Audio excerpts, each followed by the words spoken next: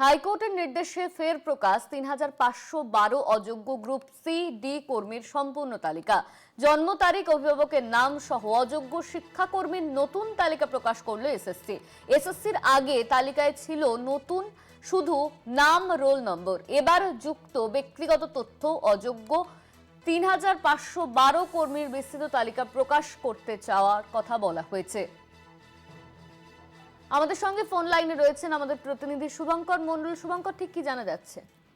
দেখো অনন্যা, এসএসসি তরফ থেকে আজও একটি তালিকা প্রকাশ করা হয়েছে এবং কলকাতা হাইকোর্টের নির্দেশে এই তালিকা প্রকাশিত হয়েছে। কলকাতা হাইকোর্টের বিচারপতি অমৃতা সিনহা তিনি বলেছিলেন যে অযোগ্যদের তালিকা এসএসসি প্রকাশ করেছে, বিশেষ করে শিক্ষাকর্মী, তাদের পূর্ণাঙ্গ তালিকা প্রকাশ করতে হবে। অর্থাৎ এর আগে এসএসসি যে তালিকা প্রকাশ করেছিল সেখানে কিন্তু প্রার্থীর রোল নম্বর এবং সেই সঙ্গে প্রার্থীর নাম এবং তিনি কোন পদে ছিলেন সেটি কিন্তু উল্লেখ ছিল, কিন্তু প্রার্থীর বা যিনি চাকরি করছিলেন সেই অযোগ্য প্রার্থীর কিন্তু তার অভিভাবকের নাম বা তার জন্ম তারিখ, জন্ম ইয়ার, সাল সেটা কিন্তু উল্লেখ ছিল না।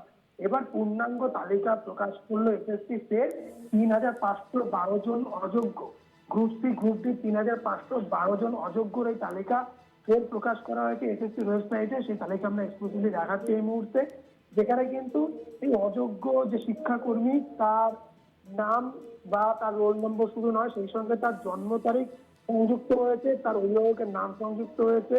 এই দুটো বিষয় কিন্তু সংযুক্ত হয়েছে এবং সে কোন পদে ছিল, সে ক্লার্ক ছিল নাকি সে গ্রুপ ডি পিয়ন ছিল, এই যাবতীয়টা কিন্তু উল্লেখ হয়েছে। অর্থাৎ কলকাতা হাইকোর্টের যে নির্দেশ ছিল সেটাকেই মান্যতা দিল এসএসসি এবং শিক্ষামন্ত্রী ব্রাত্য বসু কিন্তু আমাদের মুখোমুখি হয়ে আগে জানিয়েছিলেন যে হাইকোর্ট থেকে যে ধরনের নির্দেশ আসবে সেগুলো কিন্তু সব কটাই মান্যতা পাবে বা সেগুলো কিন্তু অবশ্যই করে দেওয়া হবে।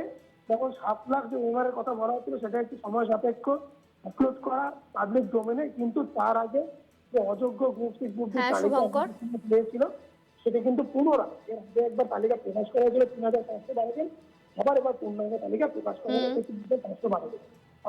ধন্যবাদ তোমার শুভঙ্কর। আমাদের সঙ্গে ফোন লাইনে ছিলেন আমাদের প্রতিনিধি শুভঙ্কর মণ্ডল।